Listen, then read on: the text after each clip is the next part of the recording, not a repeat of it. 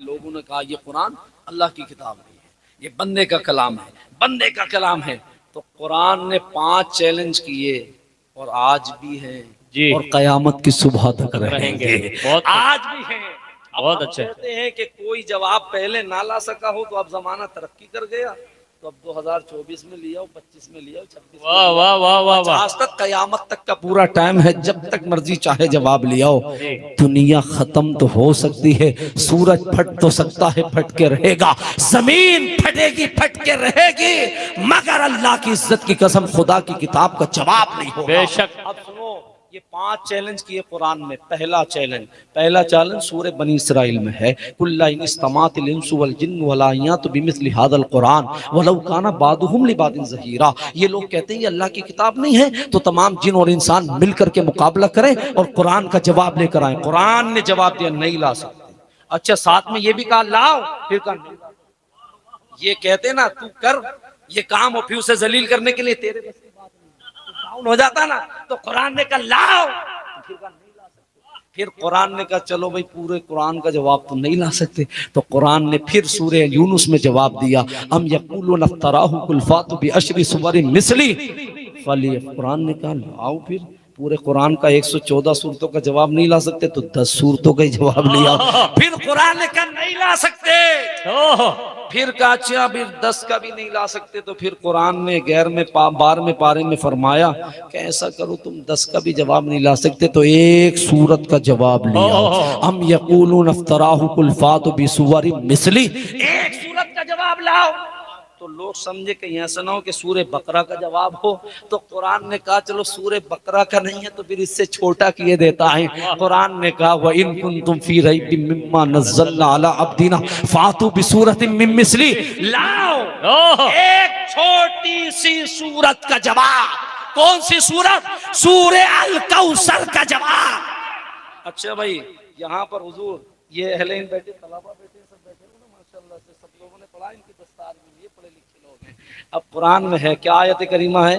حضرت بیٹے فاضل اذن ہے، سبحان اللہ، وَإِن كُنتُمْ فِي رَيْبٍ مِّمَّا نَزَّلْنَا عَلَىٰ عَبْدِنَا فَأْتُوا بِسُورَةٍ مِّن مِّثْلِهِ، ہی ہا ہے نا اس میں، تو ہا ضمیر ہے نا، تو ہا کا مرجع بھی ہوگا، مرجع ہوتا ہے کہ نہیں ہے؟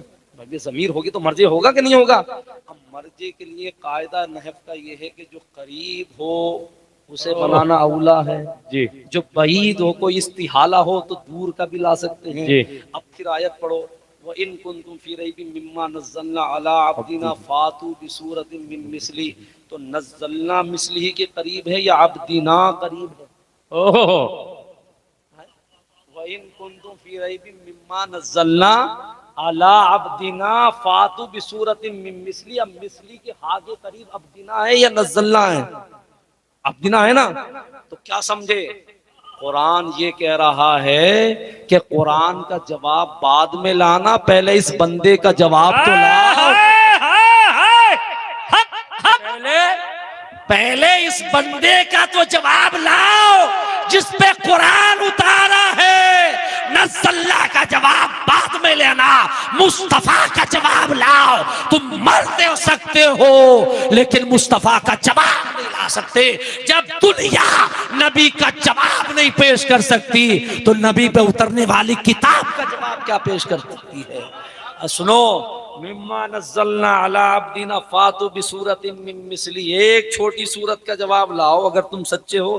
پھر قرآن نے بڑا ذلیل کیا، قرآن نے کہا فَإِن لَّمْ تَفْعَلُوا وَلَن تَفْعَلُوا فَاتَّقُوا النَّارَ الَّتِي وَقُودُهَا النَّاسُ وَالْحِجَارَةُ۔ تمہارے بس کی بات ہی نہیں ہے، تمہارے بس کی بات ہی نہیں ہے، تم سے یہ کام۔ اچھا پھر نون ثقیلہ ہے اور لام تاکید ہے، لن مضارع پہ داخل ہے، کئی تاکید ہے، ہرگز ہرگز ہرگز ہرگز تمہارے بس کی بات نہیں ہے، تم نہیں لا سکتے، تمہارے بس کی بات نہیں ہے، تم نہیں کر سکتے یہ کام۔ اچھا ایک بات بتاؤ، قرآن نے کہا کہ اس کا جواب لے آؤ، پھر قرآن نے 5واں چیلنج کیا کہ تم ایک سورت کوثر کا بھی جواب نہیں لا سکتے، تو کم سے کم ایک آیت کا، ایک سینٹنس کا۔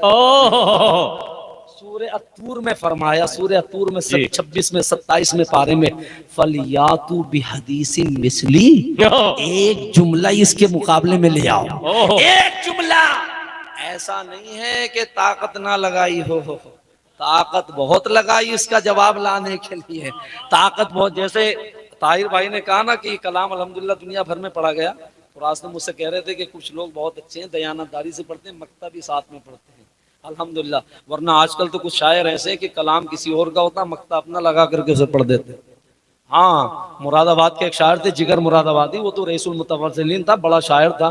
اس کے ساتھ بھی ایک دھوکہ ہو گیا. سیدھے آدمی تھے، ان کے شاگرد ساتھ میں تھے، ایک مشاعرے میں جا رہے تھے، انہوں نے کلام لکھا اور اپنی جیب میں ڈال لیا شیروانی کی. وہ شاگرد جو ساتھ میں تھے نا، انہوں نے کیا کیا، وہ کلام نکال کے اس کی کاپی کر کے جیب میں ڈال دیا. وہ جیب میں ڈال دیا تو سب جو تھے بھائی جگر صاحب سے سب پہلے ہی پڑھیں گے، جگر صاحب تو سب سے بعد میں پڑھیں گے. اب جگر صاحب سے پہلے وہ شاگرد کا نمبر آیا. اب شاگرد کھڑے ہوئے اور کھڑے ہو کر کے استاد توجہ، استاد توجہ.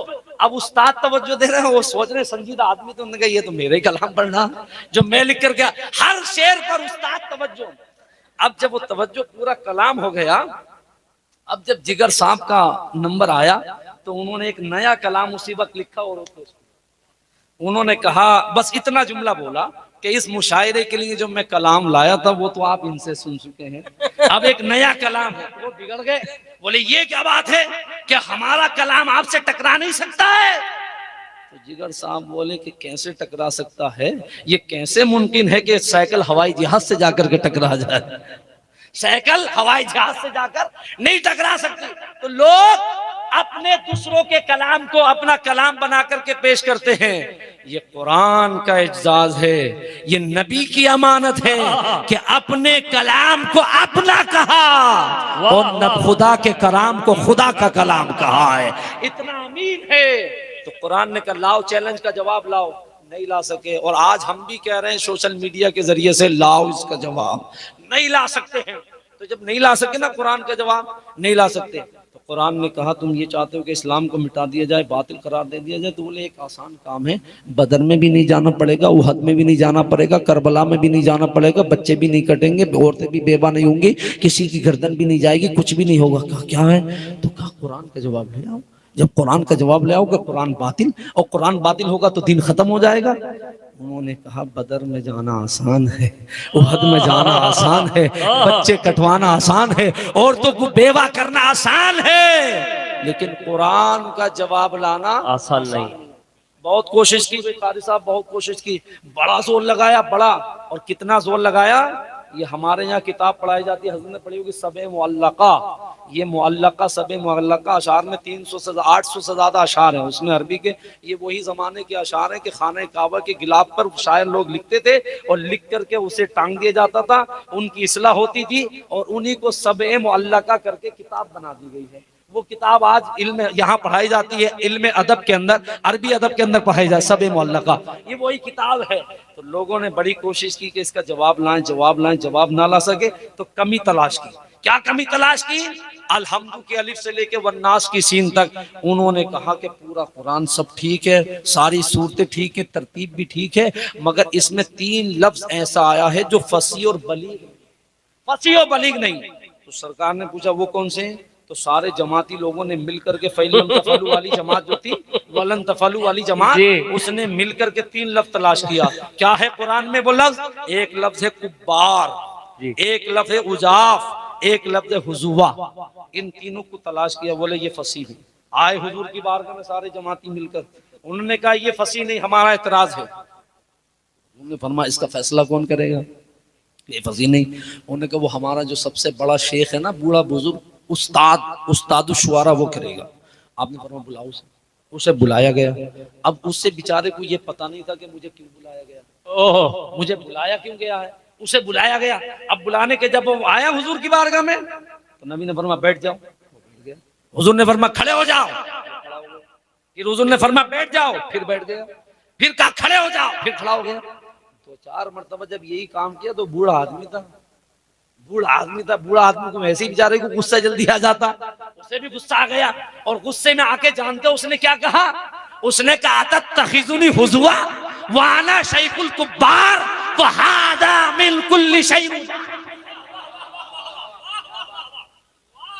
تو سرکار مسکرائے اور حضور نے مسکرا کے فرمایا بس انہی 3 لفظوں کے بارے میں پوچھنا تھا یہ فصیح ہے کہ نہیں ہے. اس نے کہا کلام عرب میں اس سے زیادہ فصیح کوئی الفاظ واہ واہ واہ واہ واہ واہ واہ واہ واہ. زیادہ فصیح کوئی الفاظ ہی نہیں ہے. تو لوگوں نے بڑی کوشش کی. اچھا جب قرآن کے جواب نہ اس زمانے میں نا وہ شعر لگائے جاتے تھے سب معلقہ، تو صحابہ کو بھی ایک دن ایک بات سوجی. انہوں نے کہا کہ ایسا کریں میں یہ سب کے شعر تلاش کیے جاتے ہیں اس میں کچھ نہ کچھ لکھتا، تو ہم بھی قرآن کی کچھ آیتیں لکھ کے لگائیں. وہ بڑا والا بوڑھا جو شیخ ہے دیکھیں گے کیا لکھ کے جائے گا. تو انہوں نے نا جیسے مصرے لکھے جاتے ہیں مصرے شعر کہ پہلا مصرا اور دوسرا، تو انہوں نے سورہ کوثر کو اٹھایا اور اٹھانے کے بعد کیا لکھا تختی پہ انا آتیناک الکوثر فصلی لربک وانحر. ایک شعر ہو گیا. انا شانیک هو الابتر ایک مصرا ہوا. اس کے آگے ڈیڈ لگا کے چھوڑ دیا. اب دیکھیں چوتھا مصرا کیا لگے گا. واہ واہ واہ واہ. 3 مصرے لکھ دیے ایک شعر ہو گیا. اب دیکھیں چوتھا کیا لگائے گا. لگا دیا لٹکا دیا خانہ کعبہ کے غلاف میں. اب وہ جب دن آیا اس کے چیک کرنے کا تو یہ بھی آڑ سے کھڑے ہو گئے دیکھیں بھائی کیا چیک کرتا ہے. اب یہ سارے لوگوں کے وہ چیک کرتا رہا کچھ نہ کچھ لکھتا رہا چیک کرتا لیا لکھتا رہا.